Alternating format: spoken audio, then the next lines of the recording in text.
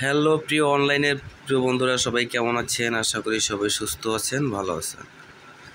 তো আমার সামনে দেখছেন একটা কম্পিউটার বক্স। তো এই কম্পিউটার বক্সটা নষ্ট হয়ে গেছে পাওয়ারটা। তো কিভাবে পাওয়ারটা রিপেয়ার করা যায় সেই বিষয়ে আপনাদের বিস্তারিত আমি বলবো। তো ভিডিওটা স্কিপ করবেন না, সম্পূর্ণ ভিডিওটা দেখুন। তো দেখেন, এটা কিন্তু এসএমডি টাইপ একটা পাওয়ার সাপ্লাই।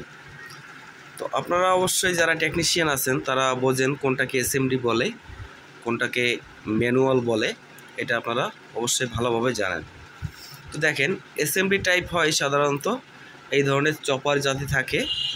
এই চপার দিয়ে ভোল্টেজ আউটপুট করাতে ওগুলোরে এসএমপিএস কিংবা এসএমডি বলে।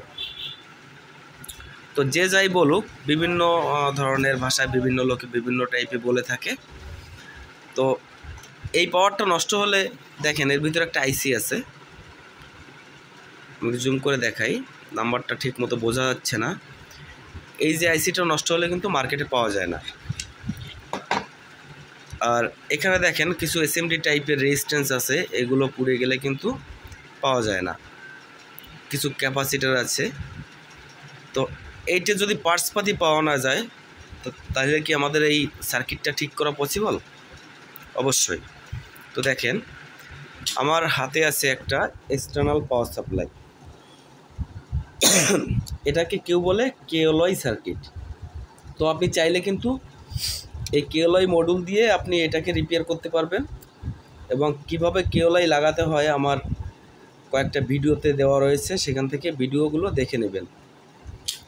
তো এইটা ছাড়া কিভাবে আবার 12 ভোল্টের ট্রান্সফর্মার দিয়ে এটাকে আবার চালু করা যায়। তো দেখেন, আমি 12 ভোল্টের ট্রান্সফর্মার দিয়ে কিভাবে চালু করছি।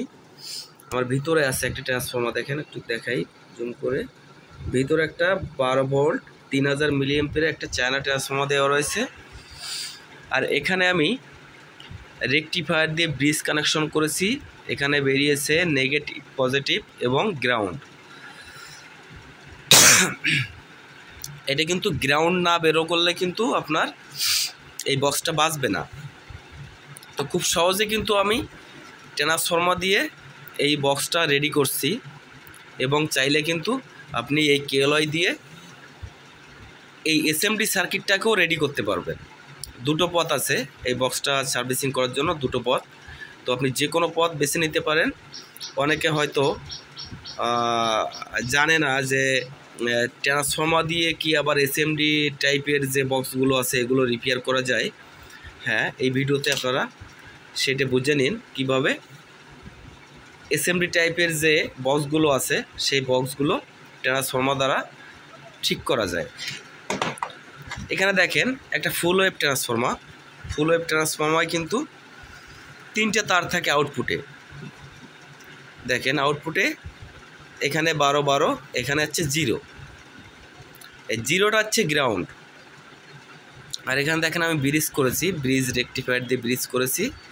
কিভাবে করেছি দেখে নিন একটু ভালো করে। এইভাবে কিন্তু আপনারা করতে পারবেন।